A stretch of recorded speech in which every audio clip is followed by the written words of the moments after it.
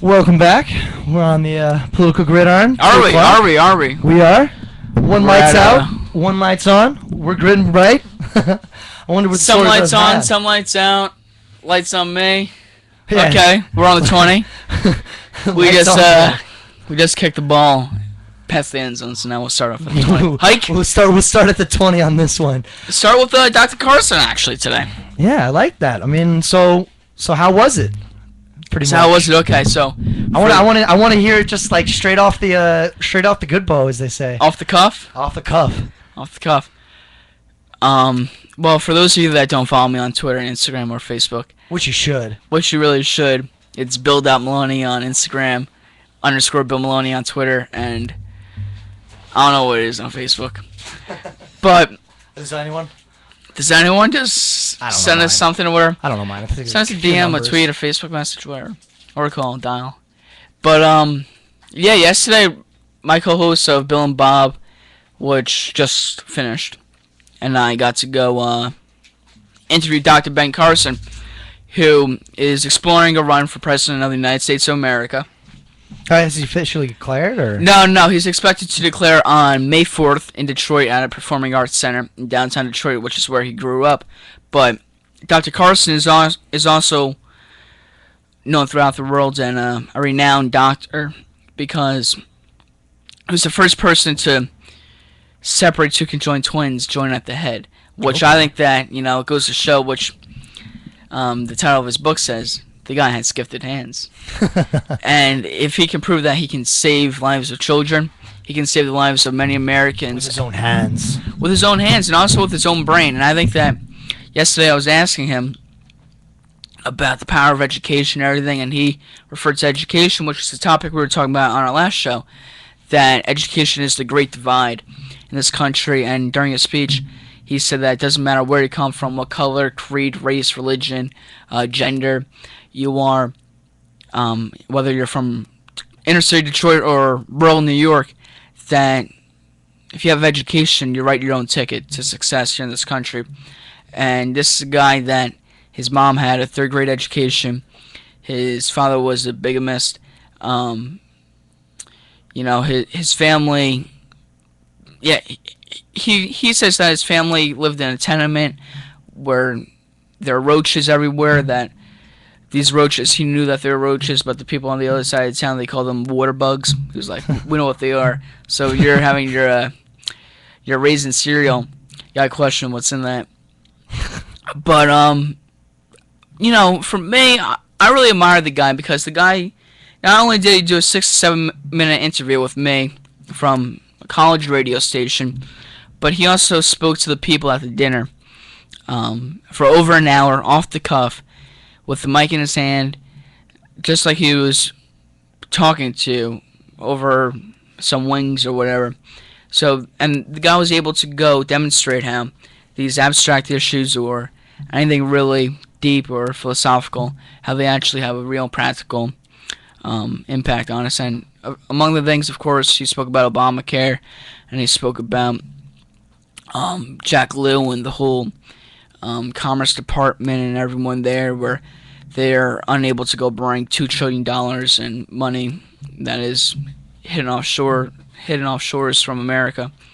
And he basically spoke about how we have to make America great again, because he says, some people in this country, they don't want to think that America is an exceptional country, but America is exceptional, and we have to start treating it like that and stop saying that, we're going to be like one of these Nordic or Scandinavian countries, and it's time to be America, and it's time for us to be innovators, inventors, and leaders and engineers of the future again.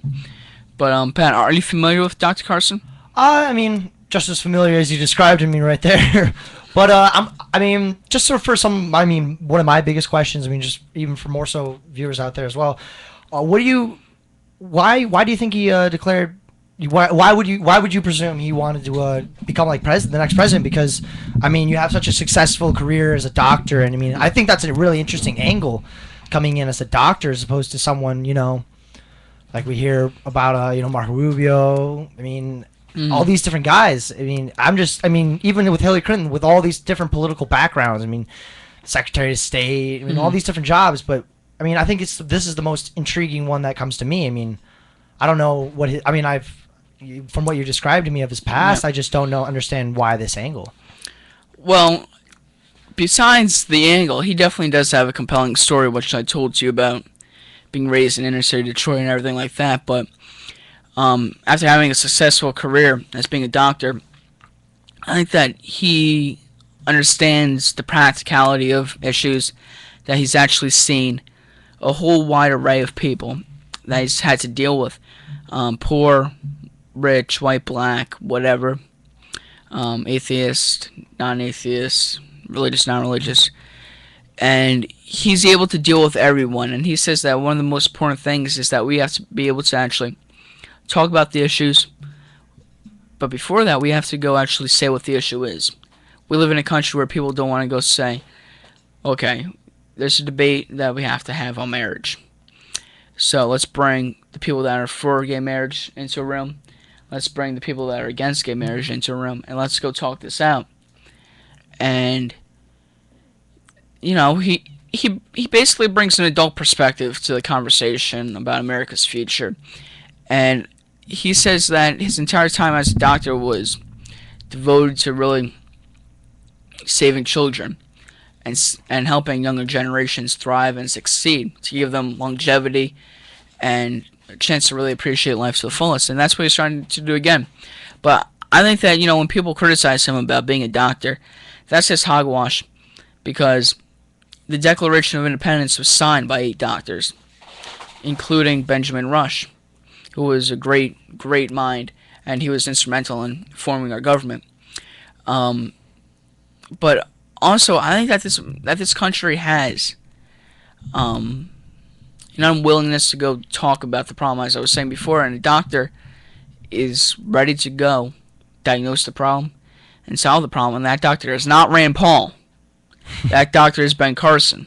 I mean, that's interesting to say. I mean, because I mean, well, I mean, just because like the way you answered my question is just, it's interesting to see how he takes more of a, I guess, from what I can assume, a more scientific, more means to his ends. He takes more of a direct approach towards solving the problem. Is that what I'm saying? Pat, he issues what he presumes is the problem, and he takes more of a doctorate standpoint. Kind of like in my head, I would see that more as a military style, like. Well, Pat, I think that decision making. Pat, as he said during the interview with me and during his speech to everyone else at the dinner last night, that he isn't politically correct. He's gonna say what he wants to say, and whether or not you don't agree with it, it really isn't up to him. He even said during the speech, everyone has a disclaimer nowadays.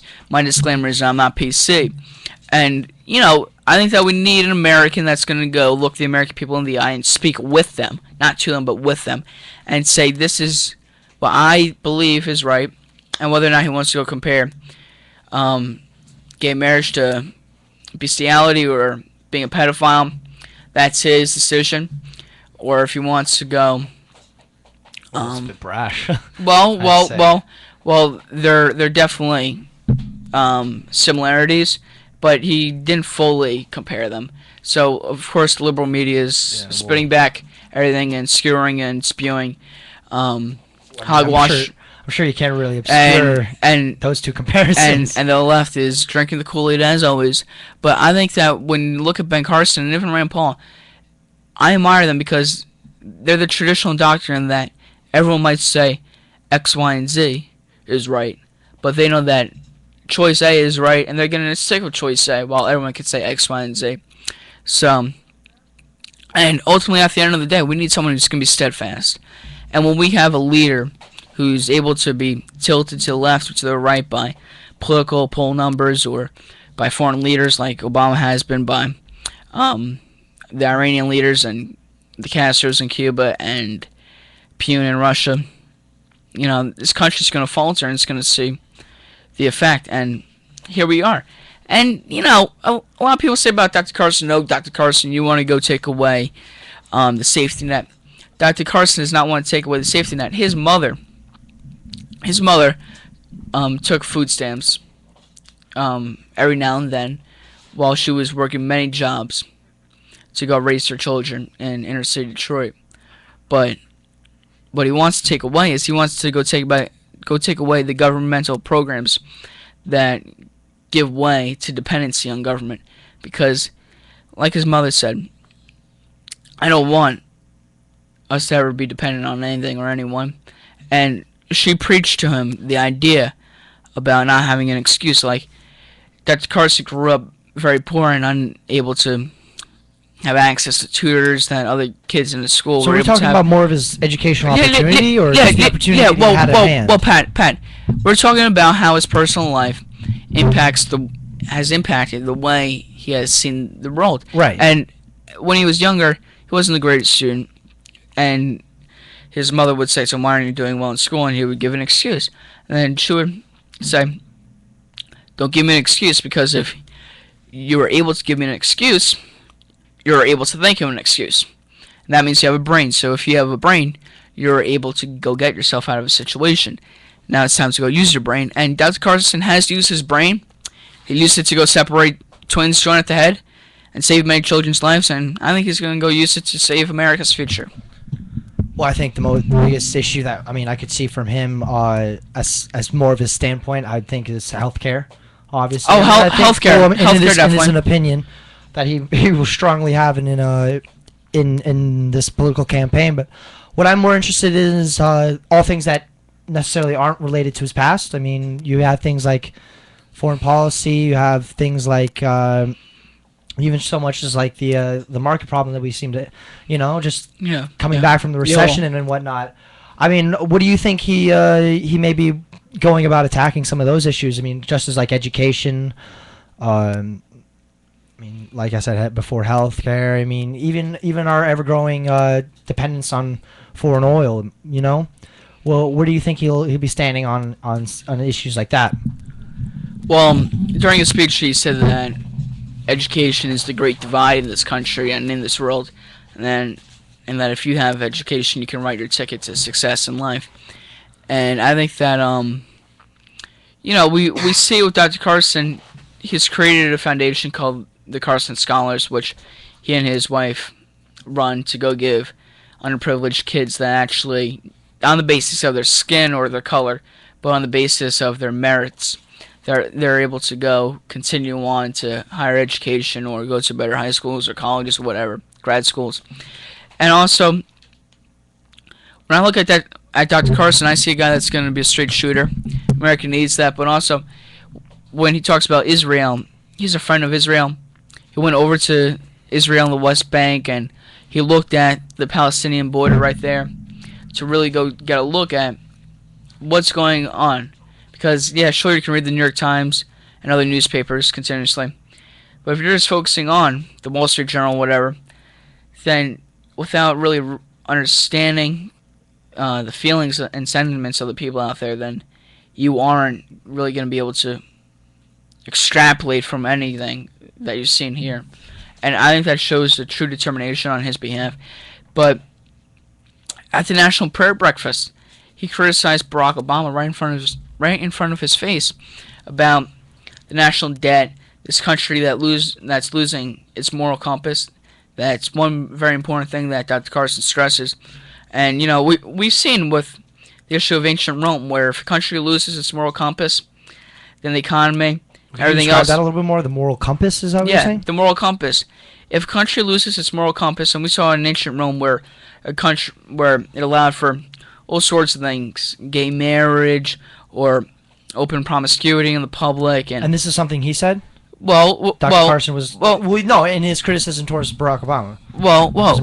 Yeah. Dr. Carson brings it up all the time about the moral compass, and if we lose our moral compass, then everything else is going to go to waste. And but like you were saying with Egypt losing its moral compass, and America, ancient Rome lost its moral compass. Okay. That's why it fell.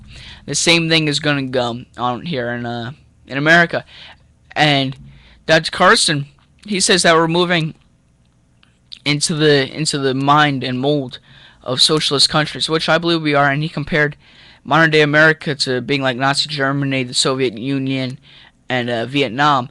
And he says, it's basically like we've read the book and we've seen how they've done it, and now we're saying to ourselves, "Hey, do you think we could fail as well as they have?" So I think that Dr. Carson's going to bring this realistic approach to American politics, and he's going to show people that hard work is not something that's going to kill you. Well, Laziness is going to kill you. I'm a bit confused on his comparison towards Nazi Germany and Vietnam and the Soviet Union. How is he going about comparing America to these? Well, it's because you have this whole big governmental state that's very federalist in nature, where everything is very central and bureaucratic, and the government tells you what you can go do, and the country says to you what you can go say and what you can't say. And also, he says, "Hey, look."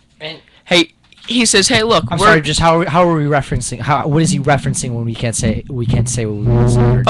Okay. Well, let's say you're against gay marriage, or let's say you're against abortion, right. Okay. We'll or whatever in this country. The liberal media will attack you. And Dr. Carlson says, where's the freedom of speech in this country? It's written in the Constitution, but is it actually active and alive? There's no vivacious expression of it here in this country. Heck, when I question Governor Cuomo about the Moreland Commission, or question any New Yorker has the right to ask, or any person, his bodyguards threw me off stage and escorted me out and trailed me and the person I was with that night through the streets of New York.